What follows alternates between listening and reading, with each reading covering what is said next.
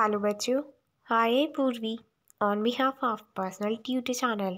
आज हम लोग class 8 English it's so happen book का यूनिट नंबर 3 द सेल्फिश गैंड पढ़ने वाले हैं। एक स्वार्थी दैत्य की कहानी। सो स्टार्ट करते हैं। Part first. The giant's garden was beautiful and the children love to play in it. Giant का गार्डन बहुत ही सुंदर था और सभी बच्चों को वहाँ खेलना बहुत पसंद था। The giant who was selfish built a high wall around his lovely garden. तो गेंट जो बहुत ही ज़्यादा स्वार्थी था, उसने अपने गार्डन के आसपास लंबी लंबी दीवारें खड़ी कर दी। Children did not enter the garden thereafter. उसके बाद चिल्ड्रन, वो जो बच्चे थे, उस गार्डन में नहीं घुस पाते। Nor did the spring and the summer till the giant experience a change of heart. So ना ही स्प्रिंग सीजन में ना ही समर सीजन में तो गेंट ने एक चेंज एक्सपीरियंस किया। तो कौन सा चेंज एक्सपीरियंस किया वो तो हमें चैप्टर पढ़कर ही पता चलेगा। सो स्टार्ट करते हैं। Every afternoon, as they were coming from school, the children used to go and play in the Ghent garden. So, हर दोपहर जब बच्चे स्कूल से आते तो वो गेंट के गार्डन में जाते और वहाँ खेलने लगते। It was large lovely garden, बहुत बड़ा बहुत सुंदर सा गार्डन है। With the soft green grass, जहाँ पर सब बहुत ही सॉफ्ट सॉफ्ट सी घासें भी है।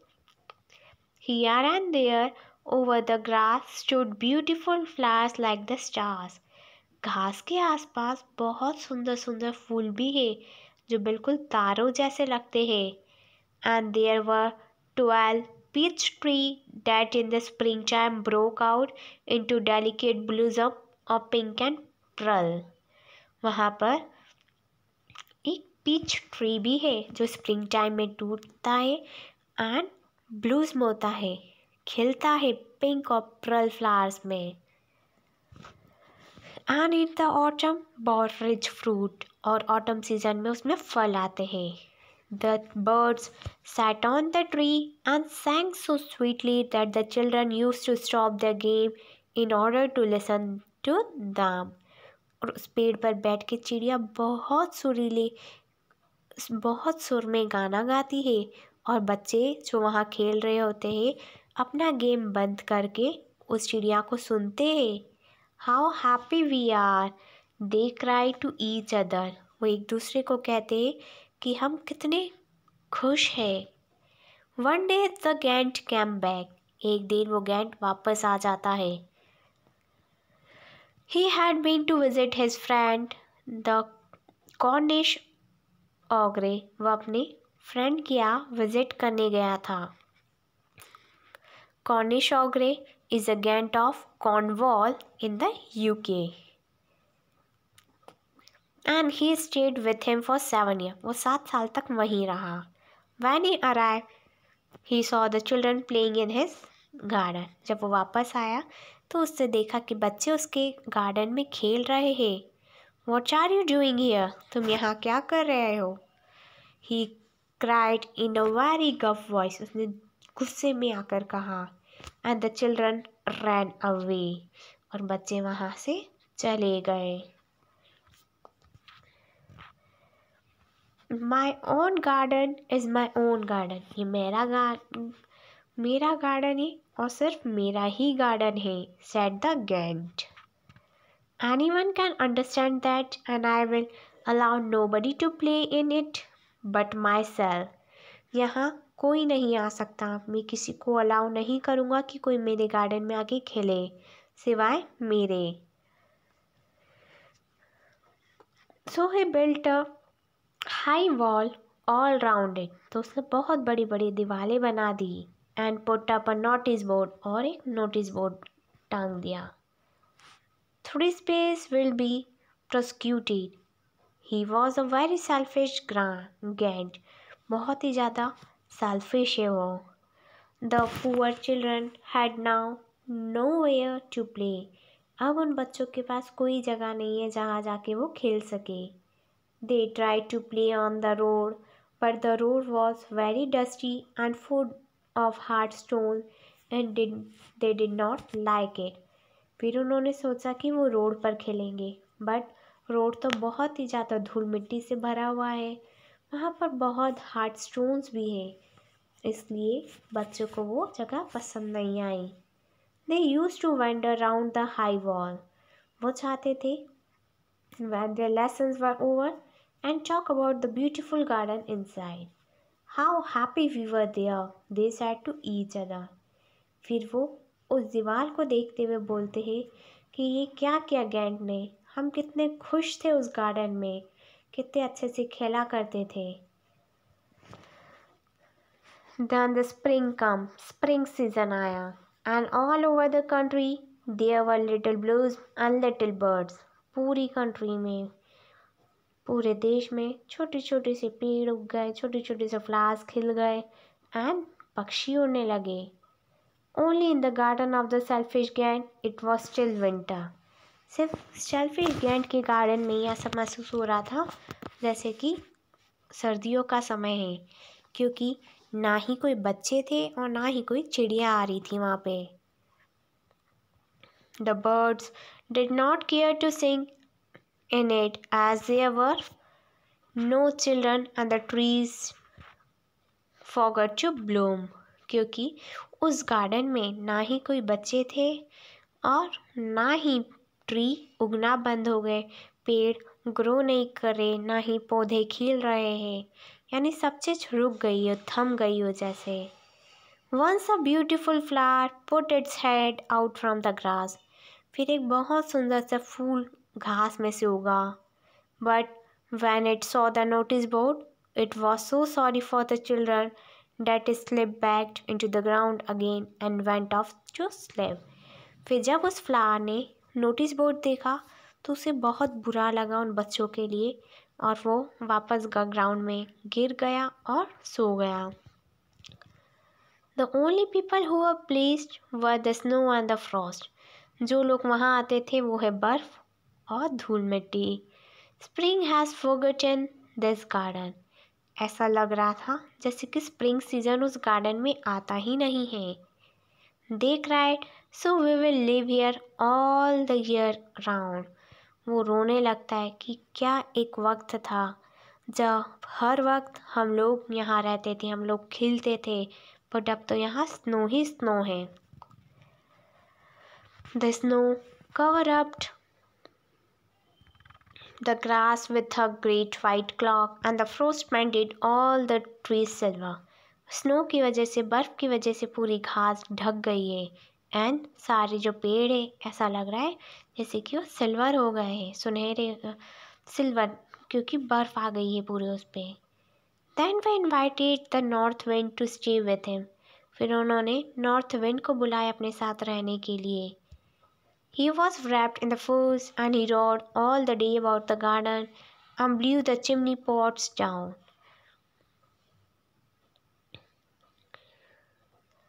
This is a delightful spot, he said. We must ask Hal on the visit.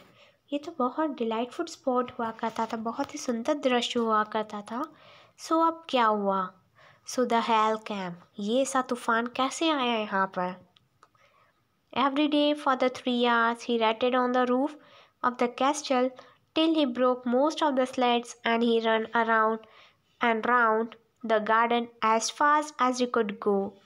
He was dressed in grey and his breath was like an ice. I cannot understand why the spring is so late in coming, said the selfish Gant. वो selfish गैंड बोलता है कि मुझे नहीं समझ में आ रहा है कि स्प्रिंग सीज़न को इतना टाइम क्यों हो गया, वो अभी तक आया क्यों नहीं है। As he sat at the window and looked out his cold white garden, वो अपनी खिड़की में बैठकर देखता है कि कैसा ये गार्डन पूरा सफ़ेद दिख रहा हो। I hope there will be the change in the weather. मुझे उम्मीद है कि मौसम में कुछ चेंज तो आएगा ही। But the spring never come nor the summer. ना ही स्प्रिंग सीज़न आया, ना ही समर सीज़न आया। The autumn gave the golden fruit to every garden, but the Gant's father garden she gave none. पतझड़ के मौसम में, ऑटम सीजन में सभी के गार्डन में अच्छे अच्छे फल आए, लेकिन गेंट्स के गार्डन में कुछ नहीं आया. He is too selfish, she said. So autumn season कहने लगा कि वो बहुत ही ज़्यादा सेल्फिश है, बहुत ही ज़्यादा स्वार्थी है. So it would always winter there. तो वहाँ पर हमेशा ठंड ही रहनी चाहिए. And the north wind and the hail and the frost and the snow dance about through the trees. सारा सीज़न ऐसा ही होना चाहिए. One morning the giant was lying away in the bed when he heard some lovely music.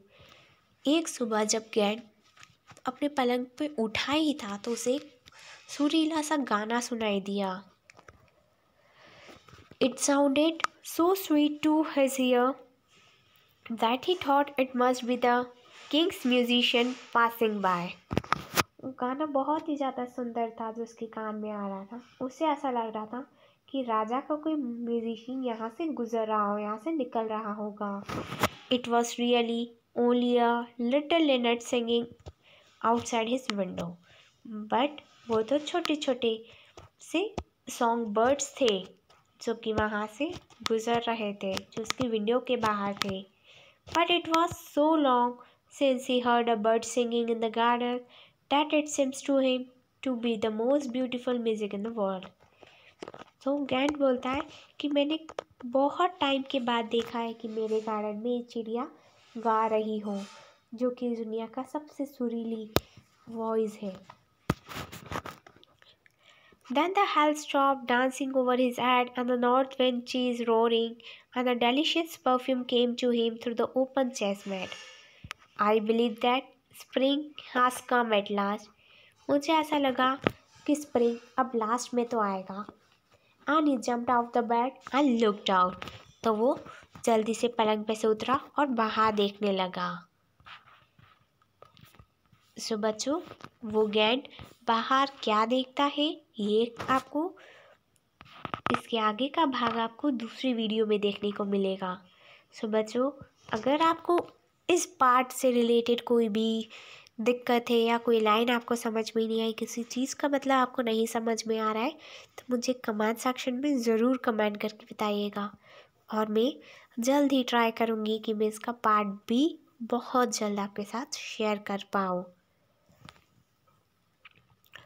अगर आपको इस video से के किसी भी टॉपिक से कोई डाउट है तो मुझे कमेंट सेक्शन में ज़रूर कमेंट करके बताएं.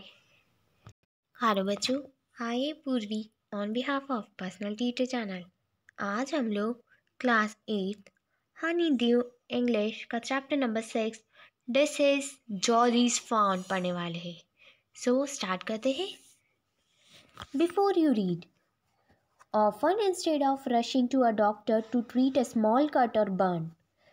अगर हमें कोई चोट आ जाए, अगर कोई हाथ या किसी भी पर्टिकुलर प्लेस पर कट हो जाता है, तो हम डॉक्टर के पास जल्दी ना जाने की बजाय हम उसको खुद क्योर कर सकते हैं, हम उसको खुद ठीक कर सकते हैं. We find quick and effective cure using available things at home.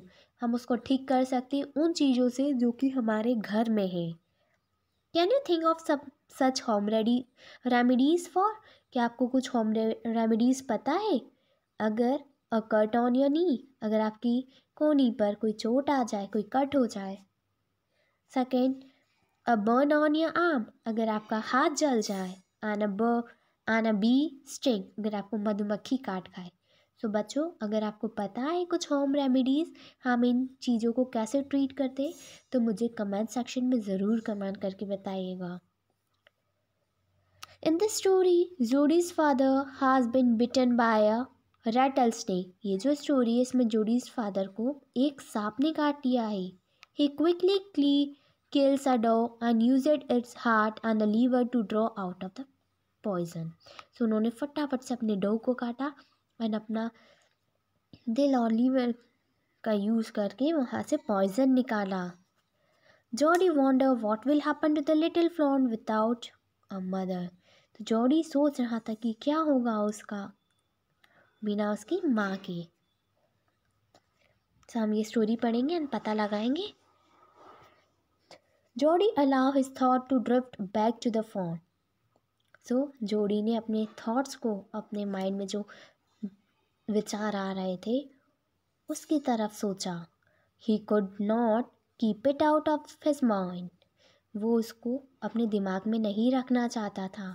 He has held it in his dream, क्योंकि वो उसके सपने में आते हैं। In his arms he slipped from the table and went to the father's bedside. वो सोते सोते टेबल पर से गिर जाता, अपने फादर की साइड चले जाता है। पेनी ले at rest. His eyes were open and clear, but the pupil were still dark and dilated। सो उसकी जो आईज है वो बहुत ही क्लियर है, खुली हुई है, एंड उसकी जो प्यूपिल्स है वो बहुत ही ज़्यादा डार्क है। जोडी से, हाउ आर यू फीलिंग पा? आप कैसा फील कर रहे हैं? जस्ट फाइन सर, मैं ठीक फील कर रहा हूँ। Old death has gone travelling elsewhere, but wasn't it's a close shave. ये कोई क्लोज शेव नहीं है, यानी कोई नैरो सी जगह नहीं है। आई एग्री, मैं एग्री करता हूँ। Penny said, I am proud of you boy, the way you kept your head and did what you needed. मुझे तुम पर बहुत गर्व है बेटा, क्योंकि जिस तरीके से तुमने अब इतनी डिफ़िकल्ट सिचुएशन में तुम शांत रहे, तो इस वजह से मैं बहुत ही ज़्यादा खुश हूँ, बहुत ही ज़्यादा प्राउड फील कर रहा हूँ तुम पर। पा, yes son, pa, do you recollect the doe and the fawn? क्या आप वापस से डो को कलेक्ट कर सकते हैं? I can never forget them, the poor doe saved me, that certain. क्योंकि मैं नहीं भूल सकता कि उस पुअर डो ने मुझे बचाया है। Pa, the fawn may be out there at, it might be hungry and very scared. वो भूखी होगी, वो बहुत ही ज़्यादा डरी हुई होगी। आई सपोज टू, मुझे भी ऐसा ही लगता है। Pa, I am a big boy now, अब मैं बड़ा हो चुका हूँ। And don't need to drink milk, and अब मुझे दूध की ज़रूरत नहीं है। Why don't I go and see if I can find the fawn? क्यों ना मैं ही जाऊँ और देख कर आऊँ कि वो फ़ोन कहाँ चला गया है। एंड ब्रिंग इट हियर, और मिलने के बाद उसे यहाँ ले आऊँगा। And raise it. Penny lay quiet staring at the ceiling. Penny शांत रहा और सीलिंग पर चढ़ गया। Boy, you have got me hemmed in.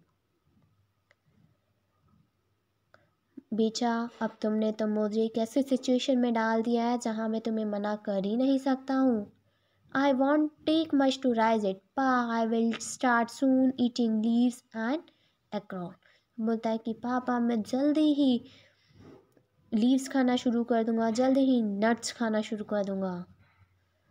You are smarter than a boy of your age, तुम बहुत ही ज़्यादा स्मार्ट हो अपनी एज के लड़कों से। We took its mother and wasn't to blame.